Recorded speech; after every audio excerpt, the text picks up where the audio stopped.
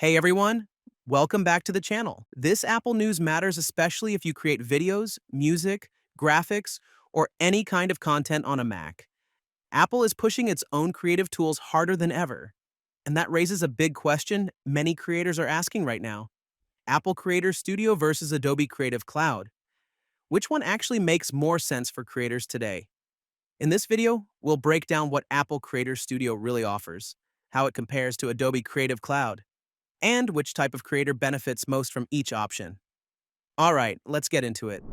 Apple Creator Studio is Apple's all-in-one creative software bundle. Instead of buying apps separately, Apple groups its professional tools together under one subscription. That includes Final Cut Pro for video editing, Logic Pro for music and audio, Motion and Compressor for video effects and exporting, Pixelmator Pro for image editing, plus Apple's built-in apps like Pages, Numbers, and Keynote for everyday creative work. Everything is designed to work seamlessly on Mac, with a focus on speed, simplicity, and performance. And this matters because for many creators, Apple is offering a simpler alternative to complex creative software, especially for people who are already using a Mac. Adobe Creative Cloud, on the other hand, is still considered the industry standard for creative professionals. It includes well-known apps like Photoshop for photo editing, Premiere Pro for video editing, After Effects for motion graphics, Illustrator for vector design, and Audition for audio work. Adobe's tools are used across film, design, marketing, and social media industries. And this matters because if you work with teams, agencies, or clients, Adobe formats and workflows are often expected and widely supported. Now let's break this down in simple terms. When it comes to ease of use, Apple Creator Studio is more beginner-friendly. The apps feel cleaner and easier to learn. They're great for solo creators and YouTubers.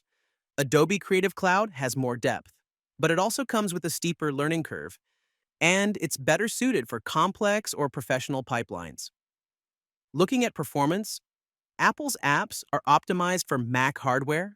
That means smoother playback and faster exports on Apple devices. Adobe apps work across many platforms, but they may feel heavier on some systems. Platform support is another big difference. Apple Creator Studio works only on Apple devices. Adobe works on Mac, Windows, and more. And for many users, this alone becomes a major deciding factor. When it comes to pricing and value, Apple Creator Studio is generally seen as more affordable. It's easier to understand, and it offers better value if you use multiple Apple apps. Adobe Creative Cloud costs more, but it includes a wider range of professional tools, and it makes sense if you rely heavily on multiple Adobe apps every single day. This matters because for independent creators, cost and simplicity can be just as important as features. So who should choose what? Here's a simple way to think about it.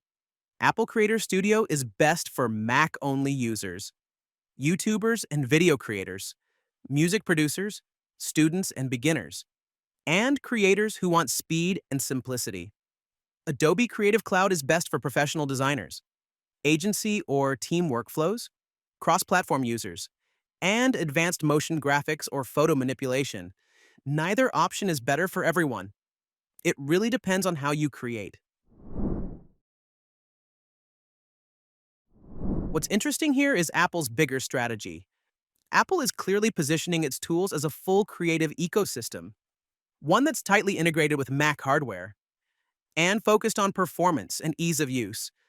For existing Apple users, this means fewer third-party tools are needed, and more reasons to stay fully inside Apple's ecosystem.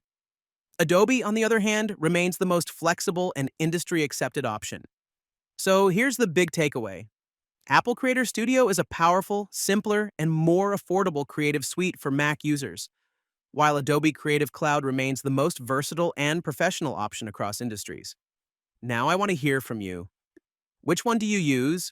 Are you considering switching? Or do you think Adobe is still unbeatable? Let me know in the comments. And if this video helped you understand the difference, give it a like. Subscribe for more Apple news and turn on notifications so you don't miss the next update. Thanks for watching, and I'll see you in the next one.